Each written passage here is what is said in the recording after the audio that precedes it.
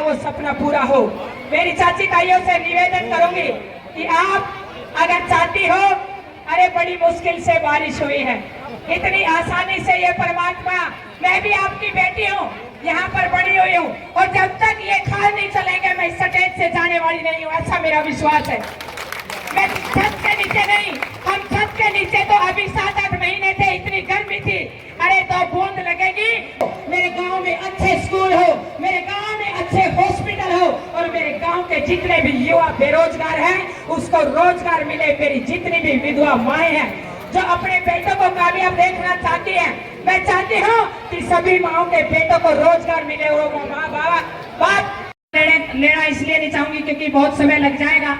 मेरे परिवार के सदस्य, मेरी टीम, मेरे आसपास के इलाके के, क्योंकि मैं हिसार से लगी थी, परले इलाके से, कुआरी गांव से प्रोग्राम करने के लिए, और वहां से चलती गई गांव लाडवा से छोटी बड़ी सातोर, डाबड़ा और शिकारपुर, रायपुर, ढाणी, तीनों चारों ढाणी, खोखा, खरकड़ी, जितने भी हमारे ये गांव आते हैं, सरसद, बिचपड़ी, सभी गांव में कार्यक्रम के मैं निवेदन करूंगी एक बारी सभी से कि आप शांति से बैठे रहें। और 100 से ज्यादा गांव में हमने ये कार्यक्रम किए। हमारी इच्छा है, मैं आप सभी से एक ही बात कहना चाहती हूँ, ये परमात्मा इतनी आसानी से, पता नहीं कितने साधुओं ने तप करने पड़ते हैं, कितने बाबाओं ने पूजा की, उसके बाद जाकर के ये बूंद गिरती है। मैं आप सभी गांव वासियों से निवेदन यही करती हूँ कि आप जब तपस्या करेंगे तो किसान को ये जल मिलेगा, और जब किसान को जल मिलेगा तो पूरे देश को अन्न मिलेगा। अगर आप चाहते हो मेरे देश को अन्न मिले तो हमें ये त्याग करना होगा। आज ये राजली गांव, ये राजाओं का गांव है, ये धरती, ये बहुत त्यागियों की धरती है, ये नागा बाबा की धरती है, ये पावन धरा, बहुत ही शानदार धरा है। मैं जब इस धरती पे आई हूँ, इस गांव पे आई हूँ, मेरा मनोबल और ज्यादा बड़ा है। आप सभी मेरे जितने भी चाचे ताऊ हैं, मेरी चाची ताइयां हैं, मेरा बहुत बड़ा मकसद है, मैं अपने क्षेत्र को, अपने इलाके को बहुत आगे लेके जाना चाहती हूँ। मैं चाहती हूँ कि मेरा गांव खूबसूरत हो, मेरा गांव मजबूत हो, मेरे गांव का विकास हो, मेरे गांव में अच्छे स्कूल हो, मेरे गांव में अच्छे हॉस्पिटल हो, और मेरे गांव के जितने भी युवा बेरोजगार हैं उसको रोजगार मिले। मेरी जितनी भी विधवा माएं हैं जो अपने बेटों को कामयाब देखना चाहती हैं, मैं चाहती हूँ कि सभी माओं के बेटों को रोजगार मिले। वो माँ बाप जो उनका सपना है वो सपना पूरा हो।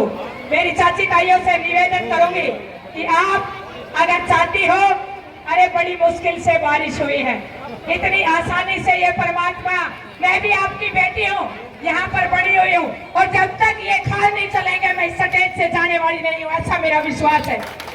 मैं छत के नीचे नहीं, हम छत के नीचे तो अभी 7-8 महीने थे, इतनी गर्मी थी, अरे तो बूंद लगेगी तो ये शरीर, ये काया कितनी कोमल होगी, ये मैं विश्वास के साथ कहती हूँ। ये शरीर गलने वाला नहीं है। जितनी मेरी बूढ़ी चाची ताई है वो बेटी है, मैं युवा साथियों से निवेदन करती हूँ, ये मिट्टी, ये पसीना, ये आसमान आपको बहुत कुछ सिखाता है।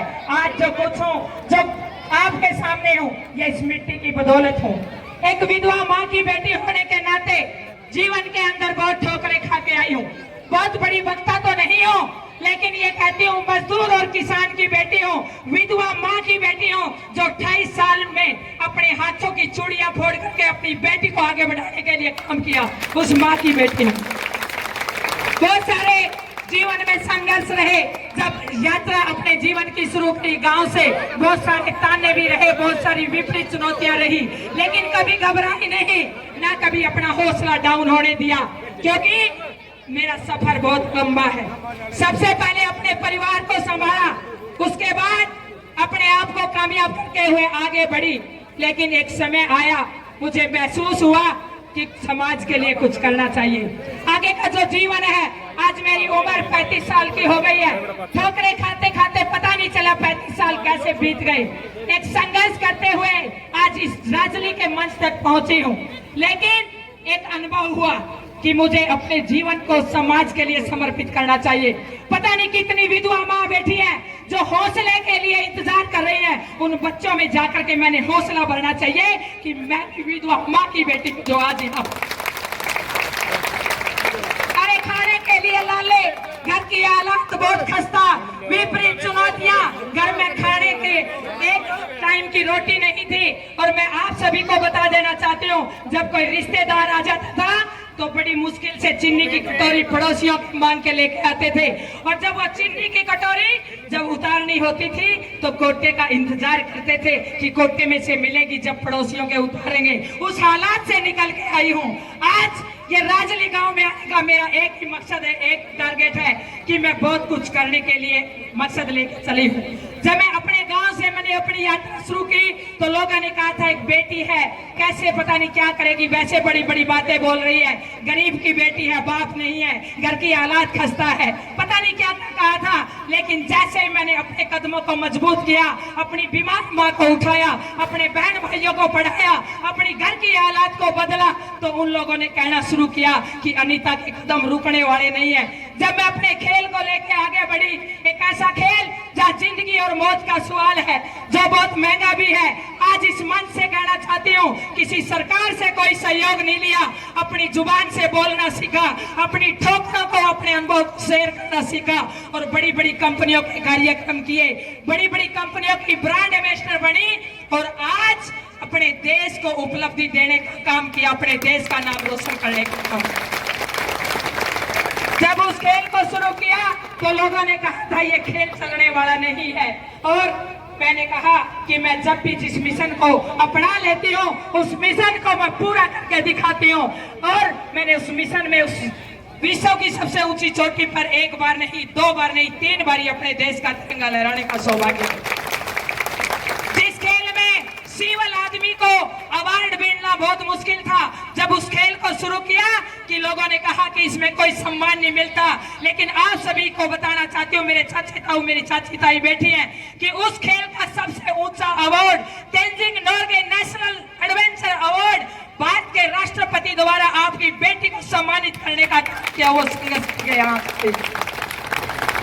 लेकिन इस मिशन को लेके चल रही हूँ, कभी पसीने में, कभी बारिश में, कभी कीचड़ में, कभी ठोकरों में। जब मेरी टीम यहाँ राजली गांव में आई तो लोगों ने स्टार्टिंग में आई तो कुछ लोगों ने बड़ी मजाक की बात भी कही। मेरे टीम के साथियों ने कहा कि मैम लोग ऐसे कह रहे हैं। मैंने कहा 2-3 दिन रुकिए, लोग आपका स्वागत भी करेंगे, चूरमा भी बनाएंगे, हलवा भी बनाएंगे, आप 2 दिन गांव में ठहरिए। मेरी टीम के लोग 1 दिन रुके, 2 दिन रुके, 3 दिन रुके, चौथे दिन पूरे गांव ने स्वागत किया। और आज आप देख रहे हैं 10-12 दिन में ये पूरी टीम की मेहनत है।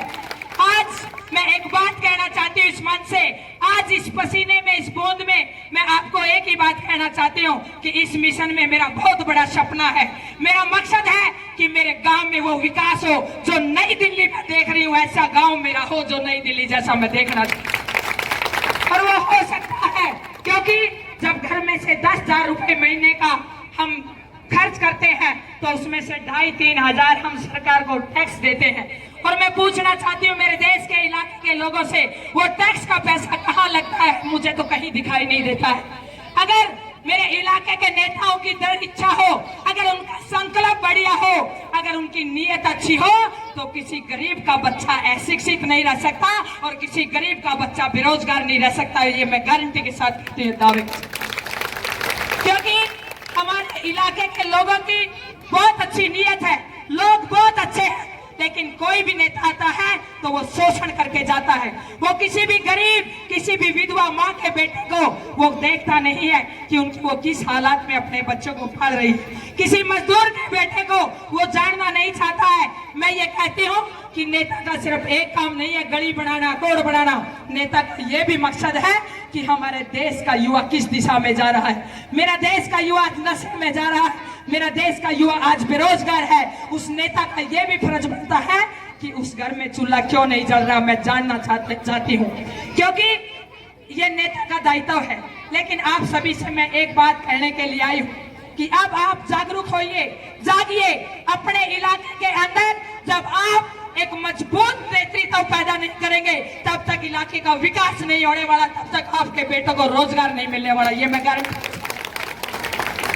क्योंकि वहां पर वो लोग बैठे हैं जो आपको शादी करेंगे और कार्ड देंगे और वहां बुलाएंगे आपको, और आप लोग वहां पहुंच करके खुश हो जाएंगे कि फलाने के ब्याह में गए थे, बहुत खर्चा लगाया, इतना बड़ा टेंट लगा रखा था, ये कर रखा था, वो कर रखा था। मैं मेरे चाचा ताऊ, मेरी चाची ताइयों से पूछना चाहती हूँ, उस टेंट का हमारे को क्या फायदा है? हमारे बच्चे को उस टेंट का क्या फायदा है? जो बाप मजदूर है दिहाड़ी में, अगर वो दिहाड़ी करने ना जाए तो मर जाएगा, अगर वो दिहाड़ी करने चला गया तो उसके बच्चों को कौन संभालेगा? मेरा अपना ये मानना है कि जितने भी कमजोर घरों के बच्चे हैं, जो मेरे जैसे गरीब घर के बच्चे हैं, वो सारा काम सरकार का है कि उन गरीब घरों के बच्चों को पढ़ा करके कामयाब करे। ये सपना सरकार का होना चाहिए, ऐसा मेरा विश्वास है। और ये हो सकता है यदि आपके इलाके का कोई भी व्यक्तित्व जो आपको लीड करता है, वो ये काम कर सकता है। उसकी दृढ़ इच्छा होनी चाहिए, उसकी भावना होनी चाहिए, उसका संकल्प होना चाहिए। सपने लेने और सपने देखने में बहुत अंतर है। सपना लेना और सपना देखना, सपना बनाना, जो सपना बनाता है, जो सपना गढ़ता है, वो उसके पीछे पागल होता है। लेकिन सपने देखने में तो लोग अक्सर भटक जाते हैं, बैठ जाते हैं, लालच में आ जाते हैं। लेकिन मैं आप सभी को आज कह के जा रही हूँ, मैं इस सपने को गढ़ के आई हूँ और इस इलाके को खूबसूरत बना के दम लूंगी, क्षण तक लड़ाई लड़ूंगी। ये मैं बिल्कुल संकल्प के साथ आई हूँ। मैं दिन रात इसी तरीके से चाची ताई जनता के बीच में रहती हूँ। मेरा मकसद अकेली चली थी और चलते चलते जब इस मिशन को लेकर के आगे बढ़ी तो बहुत सारे युवा भाई, चाची ताई, कई तो दादियां हैं जो मेरे साथ नंगे पांव चलने के लिए तैयार हो जाती हैं। ये मैं कई बार साथी कह देते हैं, अनीता जी आप बोलते बोलते कहीं काफी जोश में भावुक हो जाते हो। मैंने कहा भाई मैं उन हालातों से आई हूं जब मेरी माँ 3 बेटियों को उठा करके चली थी। क्या ताने थे, क्या माहौल थे, क्या दर्द थे, क्या पीड़ाएं थी, घर की स्थिति क्या थी, घर में खाने के लिए खाना नहीं था, लोगों के क्या भाव थे, वो मैं बहुत अंदर से जानती हूँ। वो ताने मेरे अंदर लिखे हुए हैं। लेकिन मेरी दृढ़ इच्छा, मैं गुरुकुल की पढ़ी हुई छात्रा हूँ। मैं स्वामी दयानंद और स्वामी विवेकानंद की धरा पर जन्म लेने वाली बच्ची हूँ। मैं सुभाष चंद्र बोस और भगत सिंह के प्रदेश में पैदा हुई बेटी हूँ। और मैं आज संकल्प लेके जाती हूँ, जितने भी नौजवान मेरे युवा भाई, मेरी चाची ताई हैं, आज जाकर के घर जाकर के लिख लेना, ये बेटी तब तक शहीद हो जाएगी जब तक मेरे देश का और समाज का नक्शा नहीं बदलेगा। किसी प्रकार का लालच नहीं है। पैसा मैं अपनी जेब में भी रखना पसंद नहीं करती, क्योंकि मुझे पता है जब हम किसी आंदोलन के लिए, किसी संघर्ष, किसी बड़े सपने के लिए चलते हैं तो पसीना, मैं आप सभी से कुछ नहीं मांगना चाहती, मैं आप सभी से सिर्फ पसीना मांगना चाहती हूँ। जब पसीना की बूंद गिरती है तो वहां से सोना उगलता है। पैसा तो बहुत छोटी चीज रह जाती है। ये धरती मां सोना ही उगलने वाली है। ये भारत की भूमि, ये भारत की धरा। यहाँ पर जब जब भी अंग्रेजों के आक्रमण हुए या मुगलों ने राज किया, जब हमारे देश की माओ ने वीर सपूतों को पैदा किया, और आज इस बढ़ती हुई बेरोजगारी, बढ़ते हुए हालात, बढ़ती हुई सिचुएशन, बहुत सारी हालातों को हमने इस गांव राजली में रह करके जाना। कैसे चूल्हा जलता है, कैसे तनाव है, कैसे युवा मोबाइल में ग्रस्त होकर के डिप्रेशन में जा रहा है, कैसे नशे की तरफ जा रहा है, कैसे युवा मार्गदर्शक से भटक रहा है। बहुत सारी किसान की हालात क्या है, क्योंकि मेरे से बेहतर कोई नहीं जानता। आप सब सोचेंगे बहन जी वैसे बात कर रही होगी। आप कितने युवा है जिसने गूगू में थ्रेसर में गहरे लायक कड़क काटी हो? एक बार हाथ उठा कर बताए। गूगू में मैं ताई और की बात नहीं करी, मैं युवाओं की बात कर रही हूँ। मैं गूगू की बात कर रही हूँ। गूगू में 1.5 किला सांझा तक बड़ी मुश्किल निकला करता, सारा परिवार पसीना पसीना हो लिया करता, बड़ी मुश्किल था। लेकिन एक बात जरूर कहूंगी भाई, गूगू की तूड़ी बेंदोड़ी बड़ा मजा आया करता। ऐसी तूड़ी बीजा करती जुगर लाडू से बनया करते। और क्या बात है, क्या भैंस राजी होकर के, क्या पशु राजी होकर के खाया करते। आपकी बेटी ने, आपकी बहन ने उस गूगू में गहरे लगा करके 48 घंटे खेतों में काम किया। वैसे मैं आपको बता रही हूँ, 12 साल की उम्र में पिता का दुनिया से जाना। मैंने मेरी माँ को एक ही बात कही थी, माँ, मेरी माँ बोली बेटा चूल्हे के पास बैठ के तेरा अम्मी के बाद आंखों में आंसू लेके न बोली अनीता बेटा घर की हालात बहुत खस्ता है, पढ़ा नहीं पाऊंगी। डिप्रेशन में बहुत गंभीर, पता नहीं था उस टाइम पे डिप्रेशन क्या चीज होती है। मेरे पिता भी डिप्रेशन के शिकार होकर इस दुनिया से गए। न बोली बेटा पढ़ा नहीं पाऊंगी। मैंने कहा माँ क्यों?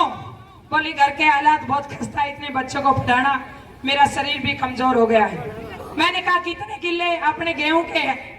न बोली बेटा माँ इतनी घर की जमीन नहीं थी, 2-2.5 एकड़ का जमींदार था, माड़ मूड़ ने लेकर 15-20 किले की खेती करके थी। मैंने कहा माँ गेहूं के कितने किले? बोली 20 किले के गेहूं के बोर के।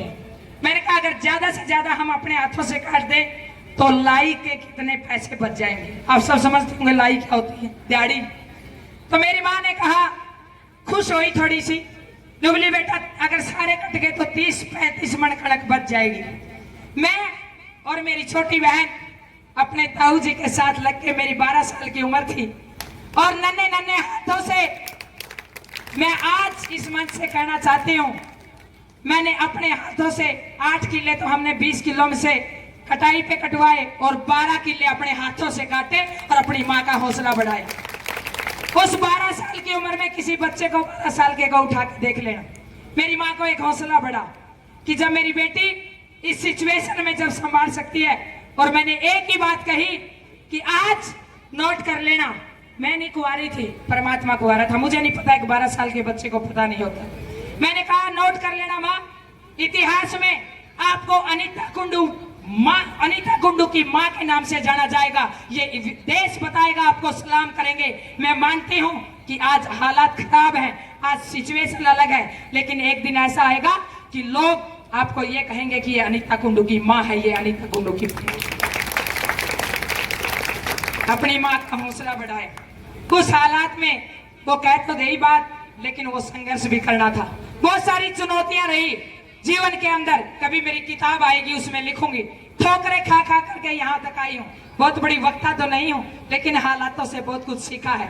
और कई भाई कह देते हैं अनीता बहन जी आपके विचारों का असर बच्चों पे, बूढ़ों पे, जवानों पे बहुत ज्यादा पड़ता है। मैंने कहा भाई मेरे को पता नहीं मैं क्या बोलती हूँ, लेकिन जो दिल में मैंने ठोकरें खाई है वो बातें स्वाभाविक भाषा में, एक साधारण भाषा में, सरल भाषा में मैं अपने परिवारों से शेयर कर लेती हूँ। मेरी इच्छा है कि मेरे देश का युवा कामयाब बने, आगे बढ़े, और मेरा देश की माँ बाप सुखी हो, सब माँ बाप के चेहरों पे खुशी हो, ऐसा मेरा सपना। लेकिन हमने खुद में भी जागरूक होना पड़ेगा, और जब हम खुद जागरूक होंगे तब हम किसी सरकार पे काम ले पाएंगे। मजदूर और किसान की व्यथा बहुत खराब है। 2, 2.5, 3, 4 एकड़ का, 5 एकड़ का जमींदारा, बालक पढ़ाने बहुत मुश्किल है, बालकों को आगे बढ़ाना बहुत मुश्किल है, बहुत अच्छे से जानती हूँ। लेकिन उसके बावजूद भी मेरा अपना ये मानना है कि एक ऐसा विषय, जब मेरी टीम यहाँ पर काम कर रही थी, एक राजनीतिक विषय की चर्चा हुई। मैं आज इस मंच से एक बात कहना चाहती हूँ, जब तक उस क्षेत्र में अच्छे लोग नहीं आएंगे, जो सरकार के खजाने में जो पैसा है उस पैसे को लगाने के लिए धरातल पे अच्छे लोग नहीं आएंगे, त्याग और तपस्या वाले लोग नहीं आएंगे, तब तक इस देश का भला होने वाला नहीं है। मैं ये आज इस मंच से कहना चाहती हूँ। मैं अपने जीवन को त्याग करके चली हूँ। एक ताई ने बोली अनीता बेटा शादी नहीं करी। मैंने कहा ताई मेरे जीवन के हालात ऐसे रहे कि मुझे टाइम नहीं लगा, क्योंकि 8-9 भाई, सिर का परिवार, मेरे चाचे ताऊ भी बड़े भोले भाले हैं, बिल्कुल साधारण है, दुकान तक सामान नहीं लेना आता, बच्चे जैसे हैं। 9 बहन भाई हैं, सभी को पढ़ाया लिखाया, कामयाब किया। घर की हालात बहुत खस्ता थी, खाने के लाले थे। संघर्ष करते करते कैसे 35 साल बीत गए पता नहीं चला। और फिर मैं 35 साल की हुई तो मेरे दिमाग के विचार और सोच बदल गई, और सब जितने भी छोटे बहन भाई, जितने बैठे हैं ये नन्हे मुन्ने बच्चे, और जो गरीब परिवार के बच्चे हैं, वो सब मुझे मेरे अपने लगने लगे। और मुझे ये लगा कि मुझे समाज और देश के लिए काम करना चाहिए। आज से 15 साल से मैं लगातार समाज में लगातार समाज में जन जागरण के कार्यक्रम कर रही हूँ। और इन्हीं कार्यक्रमों को करते करते बहुत सारे चाचा ताऊओं ने अलग अलग सुझाव दिए कि अनीता बेटा आप ऐसे रण में आए कि जहां पर बहुत सारे बच्चों का भला हो पाए। मैंने कहा मैं कहीं खुद की इच्छा से जाने वाली नहीं हूं, ये सब प्रभु लेके जाएगा। और मैं आज इस मंच से कहना चाहती हूँ, आप सबका साथ रहा और मेरी कलम में दम रहा, मैं गारंटी के साथ कहती, मैं दावे के साथ कहती हूँ, हर घर में स्वर्ग लाके दे दूंगी, ये मैं गारंटी विश्वास के साथ। मेरा अपना जीवन मैंने नेछावर कर दिया है, मैं समाज को देके जाना चाहती हूँ, क्योंकि 2 बच्चों के लालच में नहीं पढ़ना चाहती हूँ। एक अच्छे पद पे बैठी हूँ, ठीक ठाक सा सिस्टम आज के दिन है, और चाहूं तो अपना जीवन सुखी जी करके चली जा सकती हूँ, लेकिन ठोकरें खाई हैं। बहुत सारी बेटियां मेरी आंखों में आंख डाल करके इच्छा शक्ति जता रही हैं, वो भी चाहती हैं कि हम कामयाब बने, मजबूत बने, अपने परिवार की शान बने। बहुत सारे भाई बैठे हैं जो एक थपथपी का इंतजार कर रहे हैं, एक हौसले का इंतजार कर रहे हैं, और मैं आज इस मंच से एक बात कहना चाहती हूँ कि किसी बच्चे को आप कुछ दे पाए या ना दे पाए, एक बार उसके पीछे हाथ लगा करके बाप जैसा हौसला जरूर दे देना, क्योंकि मेरे जीवन के अंदर वो कमी रही है। आज भी अगर परमात्मा मुझे ये कहे कि अनीता बेटा आप क्या चाहती हो, तो मैं एक ही बात कहूंगी, ये परमात्मा सब कुछ ले ले, लेकिन 1 घंटे के लिए उस पिता को दे दे जिसने मेरे को जन्म दिया था। मैं उससे बतलाना चाहती हूँ, उससे बात करना चाहती हूँ। वो अभाव, वो पीड़ा आज भी मेरे दिल के अंदर है, लेकिन मेरे पिता का ये सपना था, उनका इच्छा थी जब मेरा जन्म हुआ कि अनीता बेटा, मेरी माँ को उन्होंने कहा था कि मैं अनीता बेटा को समाज के लिए जन्म देना चाहता हूँ, मैं अनीता बेटा को समाज के लिए चाहता हूँ कि ये समाज के लिए काम करे, मैं अनीता की शादी नहीं करना चाहता, मैं बेटियों के लिए चाहता हूँ कि अनीता प्रेरणा बने। वो मुझे बचपन में ये सपना देके गए थे। आज वो इस धरती पे नहीं है, आज वो इस आसमान से देख रहे हैं। और जब राजली गांव में आई तो उन्होंने सोचा कि गर्मी बहुत ज्यादा, अपनी बेटी के लिए हम बारिश करवा देते हैं, तो ये उनका आशीर्वाद।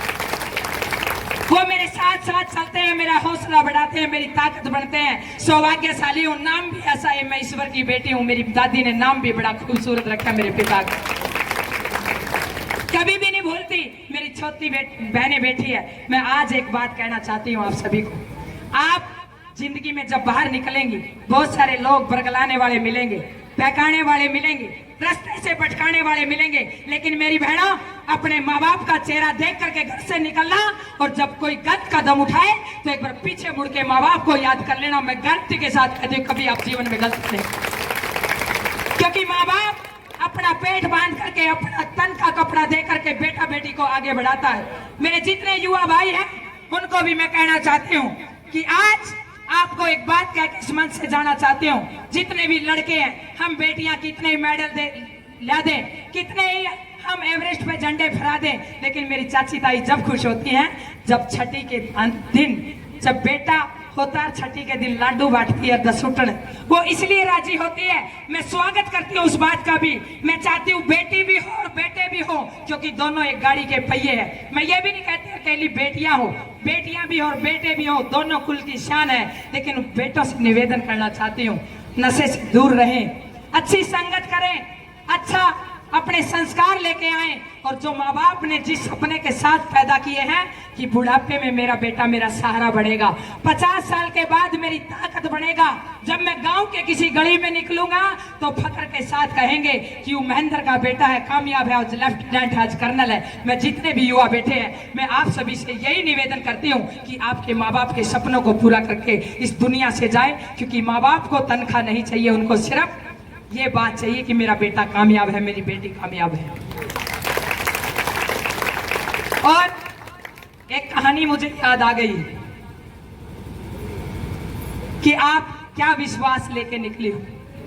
एक बारी एक सेना का अफसर अपनी सेना को लेकर के सीमा के लिए युद्ध करने के लिए जा रहा था, और जैसे ही निकला तो आगे से बहुत गहरा जंगल आ गया, और उस जंगल में चलते चलते सारा राशन खत्म हो गया जो सेना लेके आई थी। तो उस अफसर ने चारों तरफ देखा कि कुछ खाने की व्यवस्था हो जाए, भूख बहुत ज्यादा लग रही है, सेना का आगे बढ़ना मुश्किल हो गया। तो सामने से एक झोपड़ी दिखाई दी, उस झोपड़ी में जाकर के देखा तो ताला लगा हुआ मिला। उस अफसर ने उस ताले को तोड़ लिया, और ताला तोड़ के अंदर देखा तो थोड़ा बहुत चाय का सामान मिला और कुछ बिस्किट वगैरह कुछ सामान मिला। सारी सेना के जवानों ने उसको खाया और अफसर ने भी थोड़ा सा खाया। और जैसे ही वो खा करके वापिस चलने लगे तो उस अफसर ने उसके ताला लगाया, लगाने लगा तो ताला नहीं लगा क्योंकि ताला तोड़ दिया था। और जैसे ही उसके अंदर एक कल्पना सी हुई कि ये मैंने अच्छा नहीं किया, किसी की दुकान तोड़ के या किसी की झोपड़ी तोड़ के मैंने राशन खाया है, उसकी आत्मा कड़पी, इसका क्या करूं। उसने कहा कि और तो कोई सोल्यूशन नहीं है। उसने उसके नीचे 5,000 रुपये जो भी उसका था डब्बा उसके नीचे दाब दी और आगे बढ़ गया। अपनी सेना को लेकर के आगे बढ़ा और जाकर के युद्ध लड़ा और युद्ध जीत करके जब वापिस आने लगा उसी रास्ते से वापिस आया तो उस झोपड़ी के अंदर देखा कि चारों तरफ कोई भी खाने की व्यवस्था नहीं थी। तो वो झोपड़ी फिर दिखाई दी।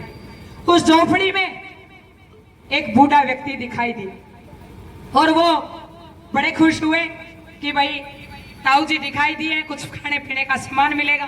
ताऊ जी कुछ राशन और ले आए थे तो ताऊ जी ने उनका स्वागत किया, चाय पानी पिलाई। ताऊ जी मैं दिल से आपको सैल्यूट करता हूँ आपके विश्वास को, कि विश्वास हो तो परमात्मा पे ऐसा होना चाहिए। मैं आप सभी गांव के लोगों को कहना चाहती हूँ कि मेरा उस ईश्वर में विश्वास है। जिस तरीके से ताऊ ने उस जंगल में अपनी दुकान को चला दिया, मैं आज अपनी जनता के बीच में ये कहना चाहती हूँ कि मैं अपने साम्राज्य को, अपने देश को, अपने राज्य को, अपने इलाके को खूबसूरत बनाने में विश्वास रखती हूँ। ऐसा मैं विश्वास लेकर के आया, ये मेरी दृढ़ इच्छा है। और जब तक आज आप भाई नोट कर लेना, कई भाई चलते चलते सवाल भी कर लेते कि बहन कोई भी आता बड़े बड़े सवाल करता है, बहुत बड़े बड़े वो उनके वादे होते हैं। मैं आज कह के जाना चाहती हूँ, जो बात बोल के जाऊंगी उसको पूरा करूंगी, क्योंकि ये मेरे बड़े बुजुर्गों ने सिखाया है कि अपनी जुबान का मूल्य होना चाहिए। मैं आज इस मंच से कहना चाहती हूँ कि समाज की दशा और दिशा सुधारने के लिए संघर्ष में आई हूँ और वो संघर्ष पूरा करके जाऊंगी। आप डायरी में जाकर के लिख लेना और आकर के मेरे से कभी भी बात कर लेना। जिस दिन मेरी कलम में और मजबूती हो जाएगी, जिस दिन मैं जिस मुकाम पे सपना बना करके चली हूँ उस मुकाम पे पहुंच जाऊंगी। मैं गारंटी के साथ कहती हूँ किसी भी ताऊ ने मेरे ऑफिस तक नहीं आना पड़ेगा, मैं उस ताऊ के पास चल करके खुद आऊंगी। ऐसा मैं विश्वास रखती हूँ, क्योंकि जब नौकरी का जमाना था मेरी माँ विधवा हुई और मैंने अपनी माँ को उठा करके मैं नेताओं के पास गई। उन नेताओं ने मेरी माँ का और मेरा कैसे मजाक बनाया वो मैं अंदर लेके आई। मैं जब अपनी माँ को दर दर ठोकर खा करके उन नेताओं की कोठियों पे जाती थी, वो एक विधवा को कैसे समझते थे, कैसे वो मजाक बनाते थे, वो मेरी किताब में लिख के जाऊंगी। और कभी परमात्मा ने चाहा तो मेरे जीवन में फिल्म बनेगी। मैं असली वो चीज बता के जाना चाहती हूँ कि हकीकत होती क्या है। वो दर्द मैंने अपनी आंखों से देखे, वो अपमान मैंने वहां से सहा। बहुत सारे दरवाजों से वापस लौटी हूँ, बहुत सारी ठोकरें खा करके आज इस मंच पे आई हूँ, बहुत सारी पीड़ाएं अपने अंदर ले रखी है। लेकिन मेरे जितने भी बहन भाई बैठी है, मेरी जितनी भी माँ विधवा बैठी हैं, जितने भी गरीब घर के बच्चे बैठे, किसान के, मजदूर के, मैं सबके साथ उनका नेतृत्व करके आगे बढ़ना चाहती हूँ। ऐसा मैं विश्वास लेके आप सबके बीच, ऐसी मेरी इच्छा है। और जब तक मैं संघर्ष करती रहूंगी तब तक मैं मेहनत करती रहूंगी, चाहे लोग कुछ भी कहें, लेकिन मैं अपने लक्ष्य पे अडिग रहूंगी। लेकिन मेरा ऐसा भी विश्वास है, जब मैं जिस क्षेत्र में चली हूं तो मेरे जितने भी बड़े बुजुर्ग हैं, मेरे इलाके के लोगों ने मेरा सम्मान किया और मेरे पीछे पीछे लगने का भी काम किया। जब मैं पहाड़ों में थी, एक बारी 2015 में भूकंप आया था, मेरे इलाके के लोगों ने मेरे लिए हवन किए थे, मैं पहाड़ में खो गई थी। स्कूल में बच्चों ने प्रेयर की थी, बड़े बुजुर्गों ने व्रत रखे थे, बहुत सारी बूढ़ी दादियों ने व्रत रखे थे। मुझे बड़ा फक्र हुआ था कि मैं उन चाची ताई जितने भी दादी हैं उनकी दुआएं लेकर के आई हूँ। और मुझे विश्वास है ऐसा, क्योंकि जब भी मैं ज्यादा पैसे और धन में विश्वास नहीं करती, मैं सबसे ज्यादा विश्वास करती हूँ इन हाथों में। ये जब मेरे सिर पे धरे जाते हैं तो मेरी ताकत और ज्यादा बढ़ जाती है, मेरी कदमों की मजबूती और ज्यादा बढ़ जाती है, क्योंकि आशीर्वाद से बड़ा कुछ नहीं होता, दुआओं से बड़ा कुछ नहीं होता। और वो दुआएं लेकर के मैं आगे बढ़ी। मैंने 25 से ऊपर पहाड़ चढ़े, जहाँ पर ऑक्सीजन नहीं है, पीने के लिए पानी नहीं है, खाने के लाले हैं, जहाँ पर मन के मुताबिक भोजन नहीं है। ऐसी हालात में मैंने संघर्ष किया है, 3-3 महीने बैठ करके वहां तपस्याएं की है। और एक ही इच्छा है कि जो ठोकरें मैंने खाई है वो किसी और बहन भाई को ना खानी पड़े, वो दिन किसी और माँ को ना देखने पड़े। जब गांव में जाती हूँ, गले लगती हूँ, मिलती हूँ तो बड़ी पीड़ाएं देखती हूँ। आज ही मैंने बिचपड़ी में फोन किया, मैंने पूछा भाई साहब गाँव में सुख शांति है? बोला नहीं बहन जी, एक भाई साहब नशा करा करते और इतना करा करते, कि आज उन्होंने सुसाइड कर लिया, फांसी खा गई। मैंने कहा क्या हुआ भाई साहब, घर की कोई टेंशन थी? बोला नहीं, नशा करते थे। मैंने कहा क्या फैमिली में कौन है? तो बोला एक 9वीं क्लास में बच्चा पढ़ता है, एक 8वीं क्लास में बच्चा पढ़ता है। क्या दूं उस माँ को, क्या दे करके समझाऊं, कैसे हौसला दूं, ये कैसे ताकत बनूं? लेकिन हाँ, बन सकती हूँ जिस दिन मेरे कलम में दम होगा। उन दोनों बच्चों को पढ़ा करके उन बच्चों को कामयाब करने का विश्वास रखती हूँ, क्योंकि वो ठोकरें मैंने खुद खाई। जब ऐसी पीड़ाएं समाज में होती हैं तो वहां हमारे नेतृत्व का ये दायित्व बनता है कि वहां उस घर में पहुंचे और उन बच्चों का हाल चाल जाने।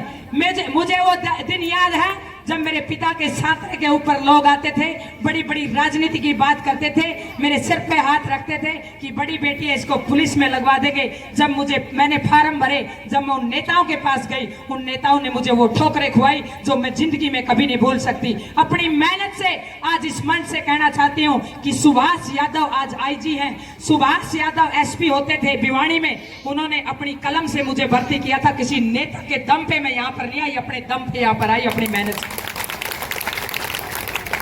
ना मैं कभी कोई जाति में विश्वास करती हूँ, मैं सभी जातियों और सभी धर्मों की बेटी हूँ। मैं एक ही बात कहना चाहती हूँ, इंसानियत अंदर जिंदा होनी चाहिए। जिस आदमी की इंसानियत मर गई, वो किसी भी जाति में हो, किसी भी धर्म में हो, इस इंसानियत से बड़ा कोई धर्म नहीं है, इंसानियत से बड़ी कोई जाति नहीं।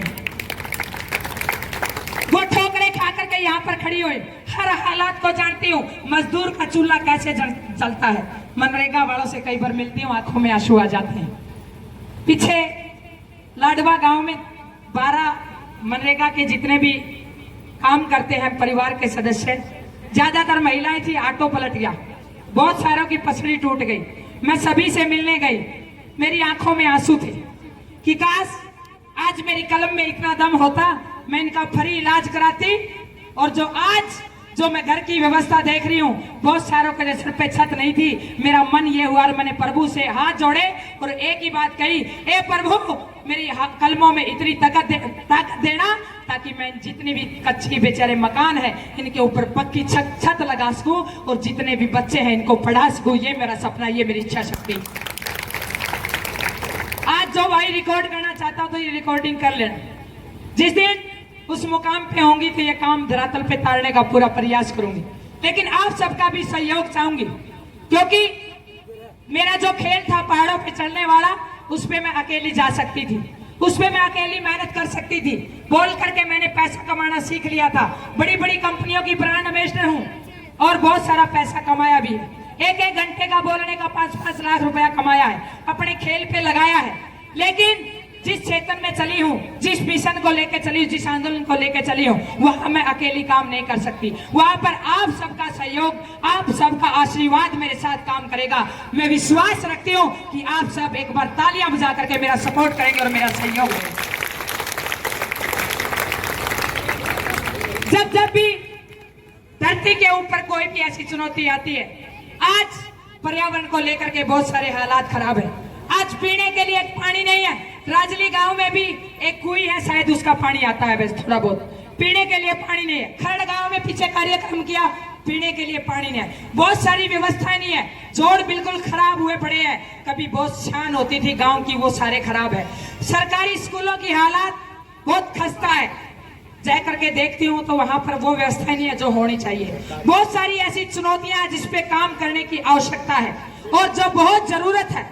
मेरा ये मानना है, मैं तो मनदीप भाई को भी कहती हूँ, मैंने कहा भाई मैं भविष्य में आपको बहुत बड़े मंत्री पद पे देखना चाहती हूँ, जब आप जैसे युवा आएंगे, जब गांव और देश बदलेगा। आज मनदीप भाई की एक बात बताती हूँ। जब मैंने फोन किया, मैंने इनके पास 7 बजे फोन किया, मैंने कहा भाई साहब क्या कर रहे हो? बोले बहन जी गांव में मैंने गलियां बिल्कुल बंद हो गई थी और चौतरे बढ़ा लिए थे लोगों ने, और मैंने सबसे पहले मेरा चौतरा फोड़ा, फिर मैंने बाकी चौतरे जो अवैध हो रहे थे वो तोड़वाने का काम किया, गांव को खूबसूरत बनाने का काम किया है। और आप सभी को बता देती हूँ, नशे के खिलाफ गांव में जितने भी जो नशा बेचते हैं भाई, उनकी जमानत भी नहीं कराता, नशे के खिलाफ खुल के काम कर रहे हैं। जो गांव में नशा करता है उनके साथ, उनके खिलाफ लग करके काम कर रहे हैं। जो बेचता है उनकी सबकी दुकान उठा रखी है। मैं सैल्यूट करती हूँ मनदीप भाई को, ऐसे ऐसे भाइयों की समाज में दूर। जब माएं आकर के रोती हैं, मैं कहती हूँ कि मनदीप योगी भाई जैसे भाइयों का साथ दें। अगर आप चाहती हो गांव से नशा मुक्त हो, अगर आप चाहती हो आपके युवा आगे बढ़े, आपके युवा स्वस्थ हो, आपका इलाका अच्छा हो, तो ऐसी ऐसी युवा शक्तियों को आपने आगे लेके आना होगा। ऐसी बात नहीं है अच्छे लोग नहीं है, लेकिन एक बात कहना चाहती हूँ। मेरे पवन भाई बैठे हैं यहाँ पर, सरपंच बैठे हैं, रविंदर भाई बैठे हैं, स्कूल चलाते हैं यहाँ पर, इतने ईमानदार है पाटो गांव के सरपंच पवन भाई जी। जब भी हम बैठते हैं हमारी यही चर्चा होती है, बहन जी इलाका कैसे अच्छा हो, गरीब बच्चे कैसे पढ़े, गांव का विकास कैसे हो, गांव में हरे भरे पेड़ कैसे लगे, गांव में तालाब कैसे अच्छे हो, गांव में पार्क कैसे बने, गांव की जो बच्चियां हैं, जो राजली गांव की समस्या मुझे पढ़ने को देखने को आई है कि बस की सुविधाएं यहाँ पर बहुत मुश्किल है। बेटियां कहती कि हम पढ़ने के लिए इसलिए ले जाते दीदी कि यहाँ पर सुविधाएं नहीं है, टाइम पे बस नहीं आती है। ये बहुत बड़ी बात है। मेरा ये मानना है कि हरियाणा जैसे प्रदेश में, इतने अच्छे प्रदेश के अंदर, बहुत मजबूत है हमारा प्रदेश, ये समस्या नहीं होनी चाहिए। मेरा ये मानना, जितने भी लोग अभी प्रचार प्रसार कर रहे हैं, ये बैनर ना लगा करके इन बेटियों के लिए सुविधा करवा दीजिए। मैं आप सभी को निमंत्रण देना चाहती हूँ मंच। कोई कहता कि मैं ये कर रहा हूँ, कोई कहता मैं वो कर रहा हूँ। मैं एक ही बात कहती हूँ, अरे इन बच्चों को शिक्षा देने के लिए, इन बच्चों को आगे बढ़ाने के लिए, इन बच्चों को सही मार्गदर्शन देने के लिए आप काम करें। जिस दिन ये गरीब के बच्चे लेफ्टिनेंट बनेंगे, कर्नल बनेंगे, अच्छे अच्छे पदों पे जाकर के वकील बनेंगे, जज बनेंगे, उस दिन ये अपने गाँव की गलियां अपने आप बनवा लेंगे। ऐसा मेरा विश्वास है, ऐसा मेरा कहना है। तो मैं आप सभी को आज इस मंच के माध्यम से बहुत सारी बातें मेरा कहने का मन था, कुछ कही गई, कुछ आपके बीच में आती रहूंगी, लेकिन मैं कहने से ज्यादा विश्वास करने में रखती हूँ। लेकिन उस करने तक आप सबका सहयोग और आप सबका सपोर्ट की बहुत बड़ी आवश्यकता है। मुझे विश्वास है। बोलो भारत माता की, भारत माता की।